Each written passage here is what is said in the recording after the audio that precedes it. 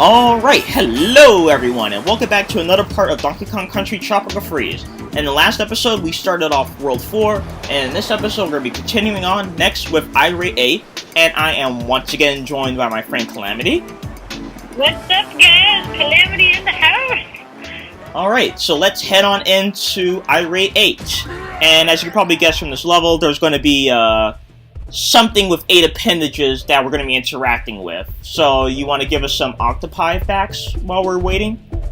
Ooh, where to begin? I just went to an aquarium and so I got a new batch of octopus packs. For example, I now know that they've actually found out that octopuses will change color with their food, especially in captivity. So that's sort of one of the ways they can tell if the ones they have in aquariums are happy and healthy. Wait, sorry to interrupt you, but you said octopuses. Is that the correct term, or is it octopi? I think technically octopuses is the scientifically correct term, but no one's gonna bat an eye if you say octopi, because octopi is much more fun to say.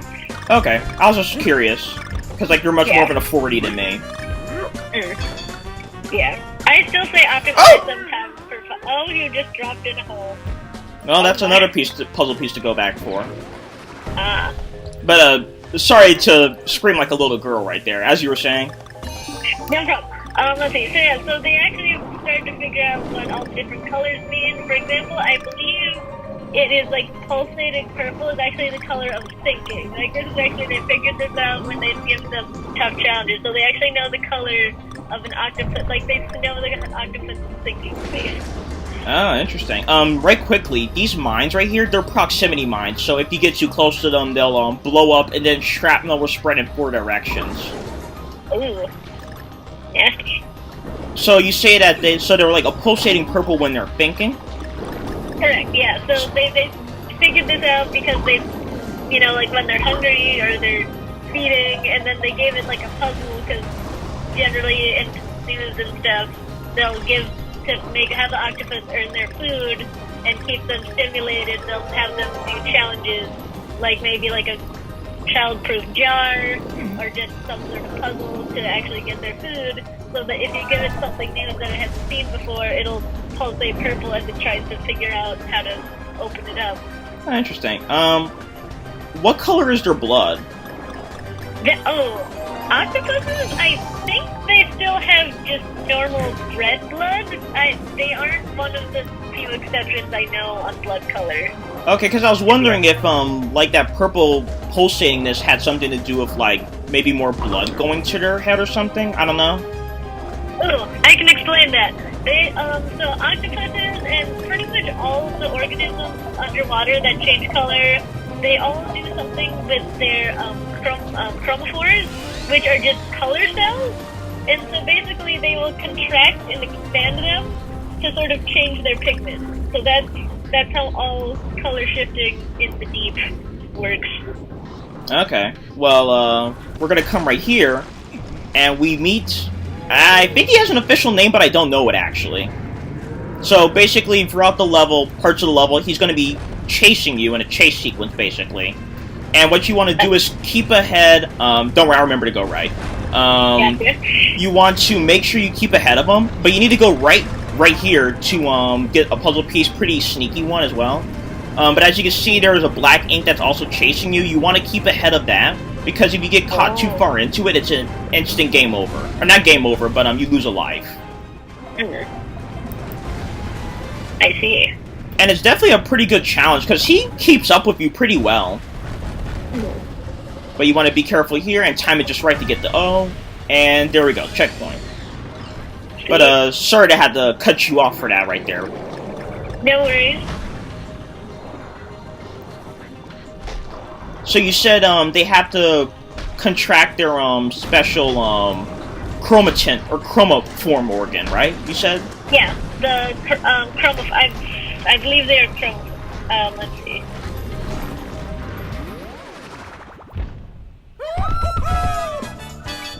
Yeah, chromophore, yeah. Okay, so like, or is it like they contract in a very specific manner and that releases like a certain color or something, or like there's a specific contraction for every color that they could do? Or sorry, chromatophore. Yeah, basically basically each cell has a color, and sort of if they want to be, and usually it's a dark color, so if they want to be pale, they actually squeeze them tight and make them very small, because the color underneath is just white. So, and then if they want to display that color, they sort of relax it and it spreads out and covers the surface of their skin. And so just all over them are all these different colored spots that they expand and contract depending on how they want to appear. Okay, so then... sorry to interrupt. No worries. But, so... Are they only capable of doing one color? Because, like, I'm guessing it requires, some sort of, like, brain focusing. So, like, are they only capable of doing one color at a time, or can they focus on contracting in two different ways? They can if you look at octopuses, and especially cuttlefish, actually, cuttlefish are even better at it. For eccentric, they can change instantly, they can do so many different wacky things. Octopuses especially can even change their skin texture. So, like, they can change everything instantly, no hesitation. They can do all sorts of wacky stuff that we haven't even figured out yet necessarily. So they essentially have no limitation besides, like, what they're physically capable of doing color-wise. Yeah, the only limitation is, I think, just the alignment of their chromatophores. For example, they did try to do an experiment of, not an octopus, but a cuttlefish blending into a human environment. Like, they tried to have it go into a checkerboard pattern, but then the best it could muster was, like, 3 squarish blocks, and it didn't quite line up correctly, because they aren't generally designed to do those strict geometric patterns. So I guess they're kind of, confined by what already exists in nature, so to speak? Pretty much, which makes sense, because you wouldn't necessarily spend energy to be able to do something that you'd never need in the wild. Right, so is that like a learned skill, or, like, they need to learn it, or is it something that they kind of just, like, know, like, just from nature they already know it? I believe it is learned, especially, like, the only way I can think of this is, especially thinking of what's called the mimic octopus, which is supposed to be, like, the super good, color, not necessarily, it's partially color changer, but also because it will mimic behaviors. And part of it is that we've seen them mimicking things that we don't even know what they are, but part of that implies that they had actually seen this thing do its behavior for them to copy it. Interesting. Just like I always say, if you did what I did, you would have gotten all the puzzle pieces, so I'll come back for that other one later. Sweet. But anyway, now we're in C-stack attack, so we're once again, above water for, I believe, the entire portion of the level, actually.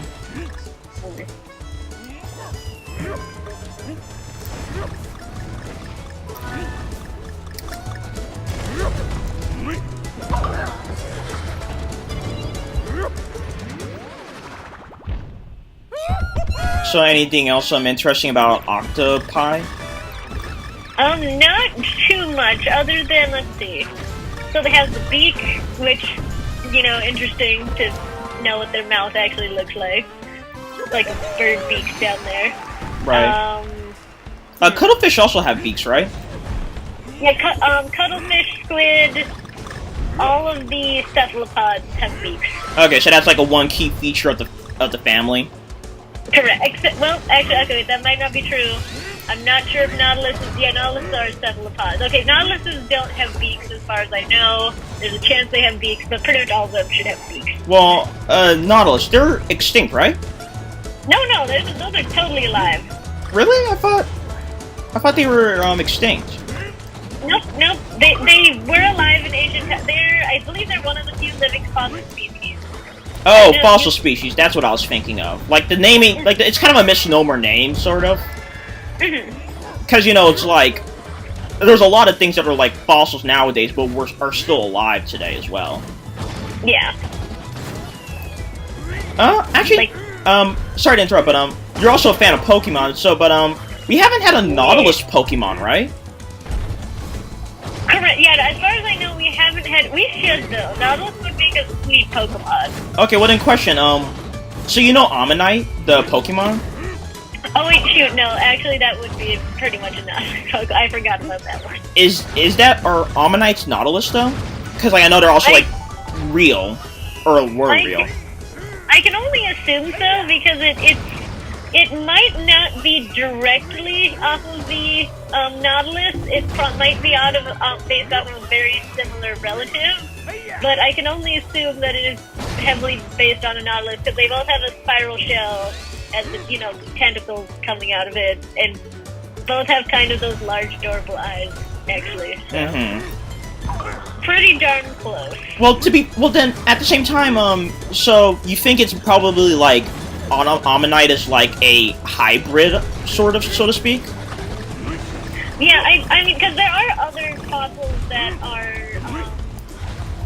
I have one at home. I cannot say it by name because again, I'm not super good at the fossilized stuff. That's not my area of expertise. But there are other spiral shell ancient organisms that Ammonite could be based off of. And I think it is probably most likely the one I'm thinking of, because I think it is called like an amosite or something. Hold on. I'm gonna look this up also. Okay.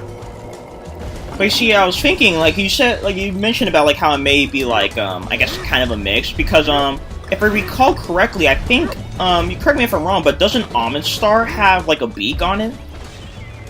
Almondstar does have a beak. Yeah, there is something called an ammonite, which has a spiral shell and tentacle. It looks almost like a Nautilus, except it also has the same shell divots that Omnistar and Omnimite have. So I can only assume it's mostly this one that they're based on. So it's like close, but so it's kind of close to what an Nautilus, but not exactly. Yeah, they're both cephalopods. They're probably like sister taxa almost. They're probably like very closely related. But this one is probably mostly what Omnimite is based on. Okay. Well, actually, since we're talking about sorry to interrupt again. You're good. Okay. I guess kind of to deviate a bit, maybe from Fish Facts is so you know that Pokemon Sword and Shield is going to be coming out later this year. Yeah. What would you want to be the two fossil Pokemon for this generation? Ooh, that is a very good question. Let's see. What would make a good fossil? Let's see. Oh, actually, you know what would it would be? I don't know if it would really count because there are a few living representatives, but it would be like it's a relative of the clam that I want to say brachiopod. I want a brachiopod Pokemon, so it's like a clam except instead of opening vertically, okay, wait, this is gonna be almost impossible to explain, but instead of having two equal-sized shells, it has one shell that's smaller than the other one. And then they sort of open slightly differently than a clam would. So I want that as a fossil Pokemon. Possibly. That's one of the few fossil things I know. Let's see. Oh, wait, actually, hold on. I just remembered all the prehistoric sharks. Oh my god, get a Saw Shark. Have a Saw Shark Pokemon.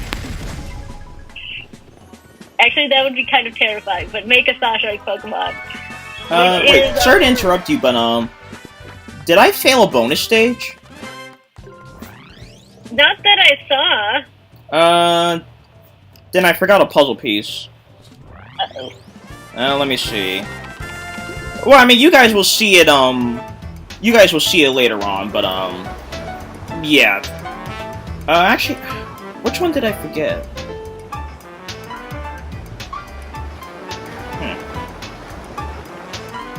Okay, yeah, but, you guys will see which one I missed after that. Sorry, I got so lost in, like, our conversation. It happens. We're gonna head into current capers, but, sorry to interrupt, you're talking about you wanted the sharks. Oh, yeah, so basically, backstory, growing up, one of my favorite books was the Sharkabet, which is basically they found a shark species that matched every letter of the alphabet, and almost half of them were just these prehistoric sharks, which are really gnarly. Like, one of them is a saw shark. So imagine a shark, except it doesn't have any teeth on the upper jaw, but a lower jaw that's kind of like one of those, like, buzz saws. Like, imagine a shark with a buzz saw lower jaw and make it a Pokemon. Interesting. I want that one. Okay. Or Actually, sorry to interrupt you, but so you said you wanted, like, a clam, like that clam-like what was it, like a clam or oyster-like relative that, as one fossil Pokemon. You mentioned before about how you weren't too sure because, like, they still have, like, living relatives. Tortuga from Unova is, you know, a Cheloniomyces, so, you know, turtle. And obviously there are still turtles alive today, so I don't think that's really a restriction that they're gonna put. Yeah, that's true. Although it is a clam-like thing, so it's not likely that it's gonna be top of the list of fossils to... Well, I mean, yeah, since, Shelder and Cloyster exist. Yeah, that's true.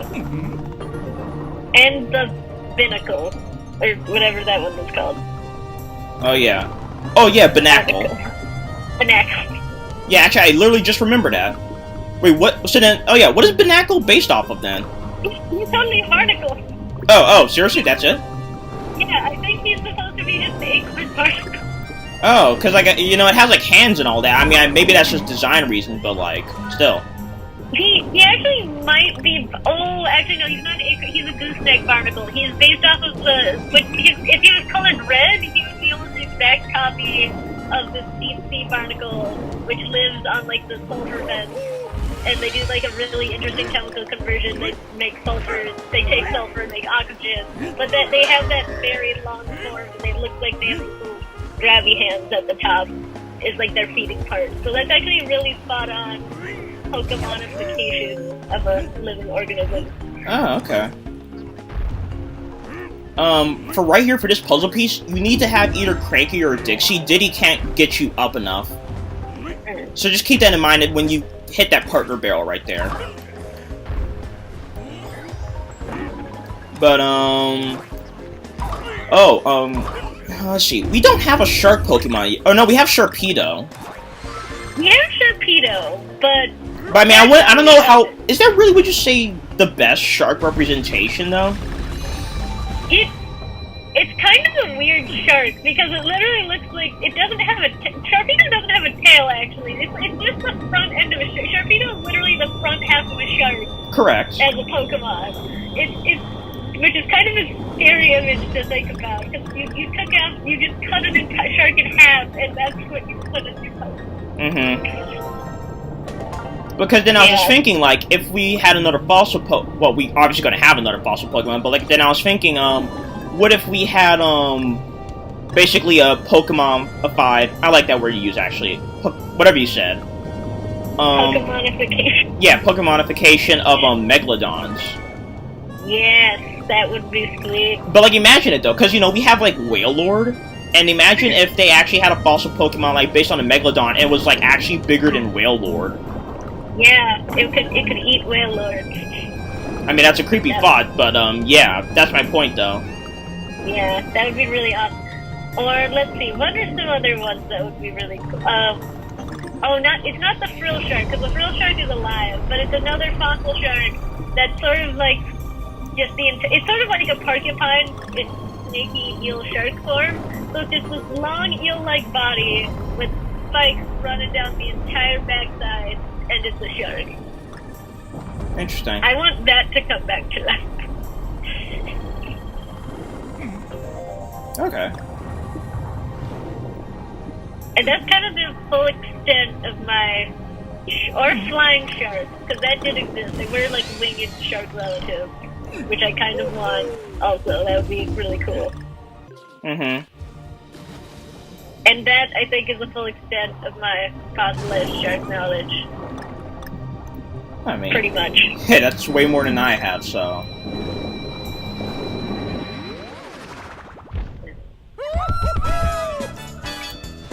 So you saw those tentacles that we just passed by out there? I think so. What are those based off of anything like in...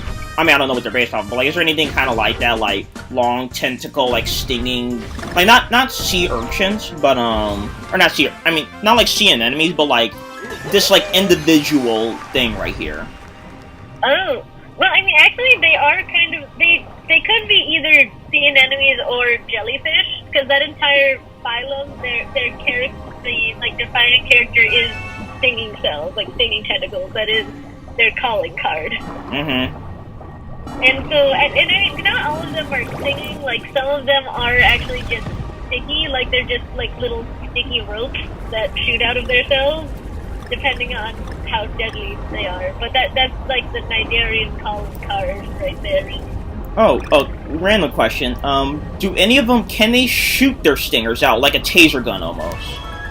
Not their stingers, but, based off of this one documentary, some sea anemones, they will create, like, special capsules for, like, territorial combat with other sea anemones. And so those ones are like cannons, where they like are little, like, white capsules, and then when they touch something, they just explode, and they shoot, like, barbed harpoons into the other sea anemone. So, and those go much longer distance than their average stinging cells do. Oh, okay. Yeah. But, those were another 3 episodes. Or, 3 episodes. No, another 3 levels. So, in this episode, we did the next 3 stages of World 3, and next episode, we're going to be taking on the boss, Fugu Face-Off, and we'll also be doing the, bonus stages. So, we'll see you guys then.